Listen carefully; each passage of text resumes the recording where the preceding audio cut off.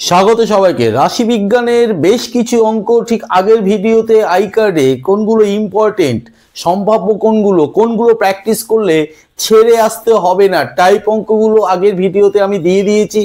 I card অনুসারে সেগুলো practice অবশ্যই করবে। তারই অংশ হিসাবে আজকে দুটো অঙ্ক আমি আজকে করে দিচ্ছি। এই টাইপের অঙ্কগুলো প্র্যাকটিস করবে অবশ্যই, বইয়ের অঙ্ক, কিন্তু একটু বুঝে করতে হবে, অতি সহজে নাম্বারটা তুলে আনা যায়। আজকে যে অঙ্কটা নেওয়া হয়েছে কি আছে সেটা, যদি নিচের পরিসংখ্যা বিভাজন তালিকার নম্বরের যৌগিক গড়, একটা জিনিস মাথায় রাখতে হবে, কতগুলো টার্মস হালকা করে একটু মাথায় ভিতরে ঢুকিয়ে নিতে হবে। যৌগিক গড় 24 হয়, তবে পি সমান সমান কত? দেখো এই জায়গাটায় পিটা রয়েছে, তাই না? এই পি এর ভ্যালুটা আমাকে বের করতে হবে। তার আগে একটু এই যৌগিক গড় ব্যাপারটা একটু আমরা ডিসকাস করে নিই। ধরো অনেকগুলো চলো আছে, কেমন x1 x2 x3 তো xn অবধি কতগুলো আছে? xn অবধি আছে। তাহলে এই যৌগিক গড় ব্যাপারটা একটু বুঝে নাও। জাস্ট এইরকম বেসিকটা কি, x1 plus x2 plus x3 plus dot dot dot plus xn, অর্থাৎ আমরা যে ছোটবেলায় শিখেছি যোগ করে ভাগ, কতগুলো টার্মস আছে? n। ক্লিয়ার? এই যৌগিক গড়কে যদি আমরা x বার দিয়ে ডিনোট করি, এই x বার আমাকে আগে বের করতে হবে। অর্থাৎ পাতি বাংলায় মোদ্দা ব্যাপার যেটা দাঁড়ালো, আমাকে গড়ের যে বেসিক জায়গাটাকে সেটা ঠিক রাখতে হবে। কিন্তু এখানে কিন্তু একটা সমস্যা তৈরি করে দিয়েছে। 0 থেকে 10 শ্রেণী সীমানা, 10 থেকে 20, 20 থেকে 30, এই করে শ্রেণী সীমানাটা বলে দিয়েছে। আমাদের পরপর কতগুলো ধাপ আছে। প্রথমে প্রত্যক্ষ পদ্ধতি, তারপরে কল্পিত গড় আসে, সেগুলো আসবো আস্তে আস্তে। আজকে যে বিষয়টা আছে সেটা যৌগিক গড়। কিভাবে? ছকের সাহায্যে, একদম ছকে ফেলে দিতে হবে। ছকের সাহায্যে কিভাবে করে ফেলা যায় সেইটা একটু শিখে নাও, সঙ্গে থাকো, দেখতে থাকো। আমি ধরে নিচ্ছি তোমরা রাশিবিজ্ঞানের এই যৌগিক গড় সম্বন্ধে কিচ্ছু জানো না। যা প্রশ্ন ছিল সেই অনুযায়ী আমি একটা ছক করে নিয়েছি। প্রসঙ্গত বলে রাখি, বইতে দেখবে দাগ টেনে টেনে করে দেওয়া আছে। আমরাও পরীক্ষার হলে স্কেল দিয়ে সময় নষ্ট করে দাগ টানি, কোনো প্রয়োজন নেই, সময় নষ্ট করবে না। আমি যেরকম বোর্ডে করেছি এইরকম ভাবে ফাঁকা ফাঁকা করে করবে, আর এই সোজাটা ঠিক রাখবে, তাহলেই যথেষ্ট। অঙ্ক রাইট হলে দাগের জন্য আটকাবে না, ফুল মার্কস পাবে। কি করেছি? শ্রেণী সীমাটা পরপর নিচে নিচে কলাম করে দিয়েছি।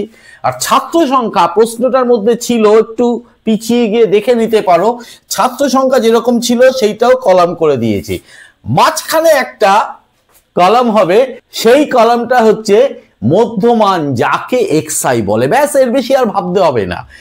আর এই xi আর ছাত্র সংখ্যাকে পরিসংখ্যা fi-ও বলা হয়।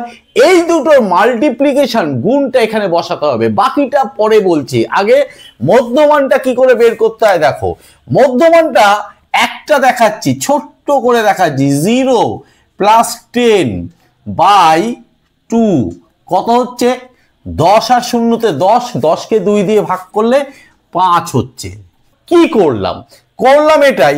এইটাকে বলা হয় শ্রেণী সীমার নিম্ন সীমা, আর এইটাকে বলা হবে শ্রেণী সীমার ঊর্ধ্ব সীমা। এই নিম্ন সীমা যোগ ঊর্ধ্ব সীমা বাই 2 করলেই মধ্যমানটা বেরিয়ে যায়। তাহলে এইখানটায় করো 20 আর 10-এ 30, 30কে 2 দিয়ে ভাগ করলে 15, 30 আর 20 50, 50কে করলে 25 হবে। পরপর করে দিচ্ছি, 40 30 70, 35, 50 40 90, 45।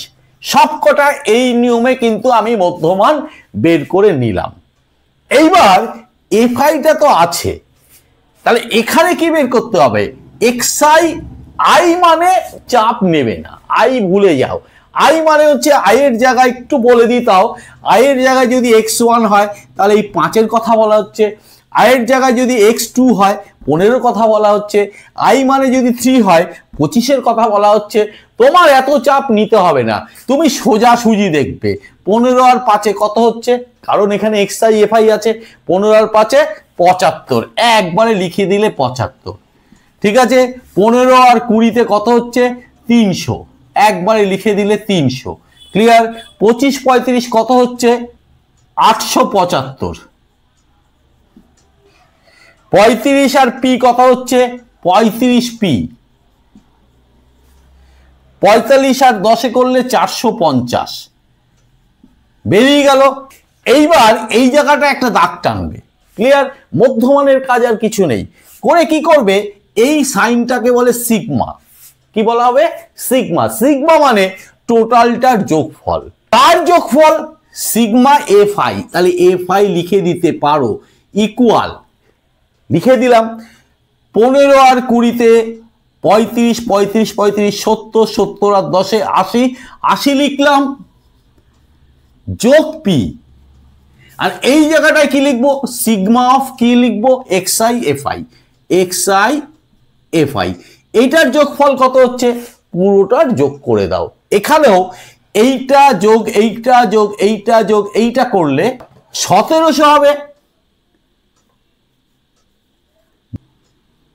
35 পি ছোট করে লিখলাম, দেখে নাও একটু কষ্ট করে।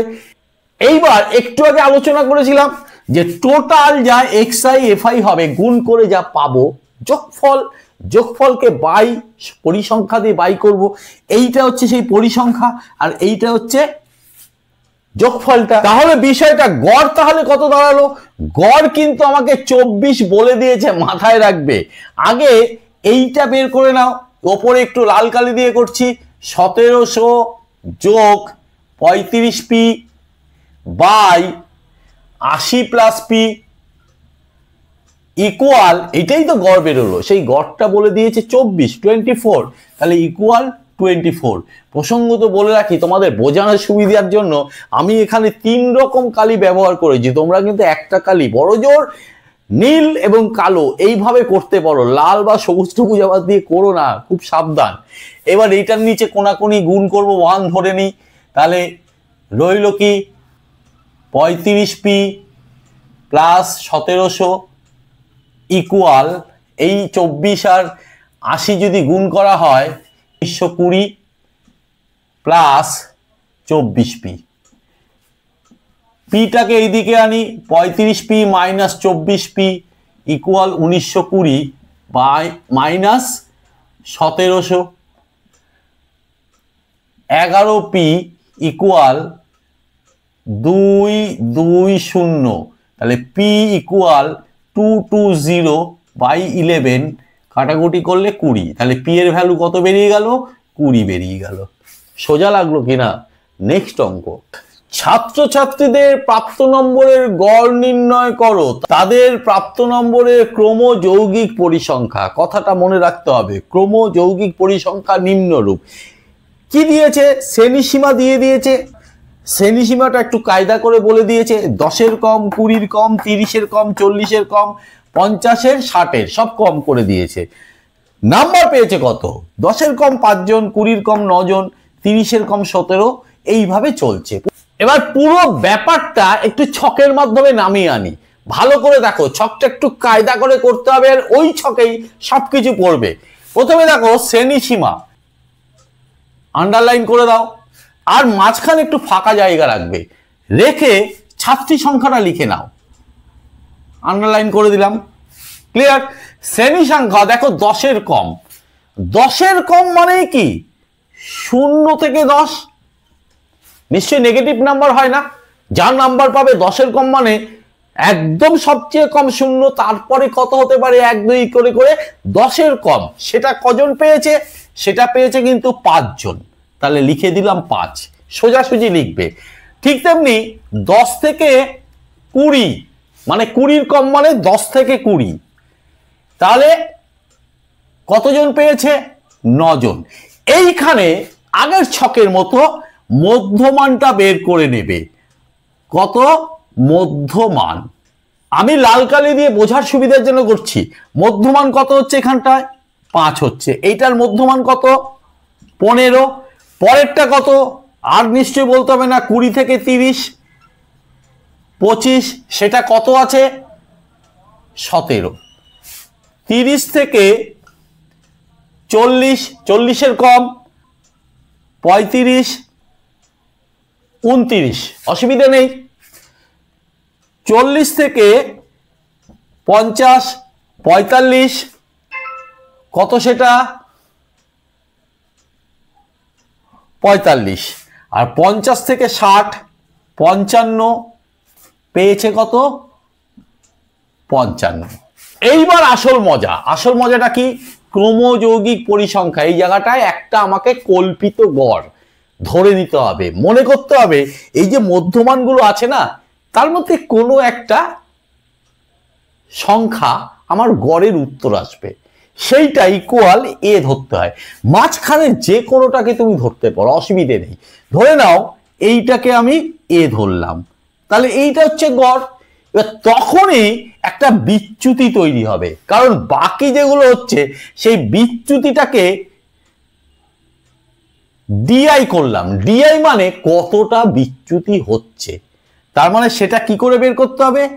xi মাইনাস এ, যে লাইনে যেটা আছে সেইটাই তার বিচ্যুতি। মানে এইখানে ধরে না মধ্যমান 5, আমি তো গড় ধরেছি 25, তাহলে বিচ্যুতি কত? তাহলে 5 বিয়োগ 25, তাহলে -20। কিন্তু একই রকম এইটা তো 15, ধরেছি তো 25, তাহলে বিচ্যুতি কতটা হলো, অর্থাৎ আমি কতটা ভুল করলাম, সেটা হচ্ছে -10। এইটা 25 বিয়োগ 25 করলে 0, 35 থেকে 25 হলো 10। এই যে সোজাসুজি চলছে কিন্তু, হ্যাঁ, কিন্তু দাগ টেনে দেখিয়ে দিলাম, তোমরা আবার দাগ টেনো না। ঠিক তেমনি 45 থেকে 25 করলে কত হচ্ছে? 20, এই সোজা। আর 55 থেকে 25 হলে 30, এই যে। পরের এখনো দুটো কলাম বাকি আছে, কিন্তু এইখানে করবে পরিসংখ্যা। পরিসংখ্যা কি আছে? 0 থেকে 10 কতজন পেয়েছে? 5 জন পেয়েছে। কিন্তু তার পরে যে আছে 20 কম, কতজন? 9। কিন্তু আমার শ্রেণী কি নিয়েছি আমি? 10 থেকে 20, তাহলে ঠিক 10 থেকে 20। তার মানে এর মধ্যে কারা ঢুকে আছে? এই 9 জনের মধ্যে কারা ঢুকে আছে? যারা 10-এর নিচে পেয়েছে। সেই সংখ্যাটা কত? 5। তাহলে এটাকে বাদ দিতে হবে। তাহলে 9 বিয়োগ 5 করলে কত হবে? 9 বিয়োগ 5 = 4। তাহলে একটা তাল পাওয়া গেল। পরেরটা থেকে আগেরটা বিয়োগ। 17-এর মধ্যেও এ ঢুকে আছে, তাহলে 17 বিয়োগ 9, পরেরটা 17 বিয়োগ 9, 29 বিয়োগ 17, 12। তারপরেরটা হচ্ছে 45 বিয়োগ 29, 16, 55 বিয়োগ 45, 10। পরের কলাম পরিসংখ্যাকে এফআই বলে, এফআই ক্লিয়ার। পরের কলামটা হচ্ছে এফআই ডিআই, তার মানে এইটার সাথে এইটা গুণ। 5 20 মাইনাস 100, 4 মাইনাস 40, 0 8 0, 10 12 120, 20 16 320, 30 10 300। এই যোগটা ওপরে এখানে করছি, কেমন? এখানটা হচ্ছে 600। এইগুলো যোগ করে দেখো 55 হচ্ছে। ঠিক আছে, গড় এক্ষেত্রে একটা সূত্র আছে। এই যে এ ধরেছিলাম, প্রথমে এ লিখবে প্লাস ওই 600 নিচে 55। এ মানে কত? 25। এই 120-কে 11 দিয়ে ভাগ করবে, পয়েন্টের ভাগ হবে, দশমিকের পরে 3 ঘর নেবে, 10.909 দেখবে ভাগ করলে আসবে। একটু কষ্ট করে করতে হবে। এইটাকে একটু আসন্ন মানে নিয়ে আসি, হ্যাঁ, তাহলে সুবিধা হবে। 25, তাহলে আরো এক্সাক্ট ভ্যালুটা বেরোবে 25। এই শূন্যটাকে আমি আসন্ন মানে নিয়ে আসলে 10.91 হবে। দেখো, প্র্যাকটিস করলে আশা করছি এটা তোমাদের কাছে সহজ মনে হয়ে যাবে। দুটো অঙ্ক করালাম, আরো অঙ্ক এই চ্যানেলের মাধ্যমে আসবে। অবশ্যই চ্যানেলটিকে সাবস্ক্রাইব করবে, সাবস্ক্রাইব করে বেল আইকন বাটনটি প্রেস করে দিয়ে অল নোটিফিকেশনটা চালু করে দেবে। যদি ভালো লাগে অবশ্যই লাইক করবে, কমেন্ট করবে, পুরো না শেয়ার করলে মজা পাবো। আজকের জন্য টাটা, বাই।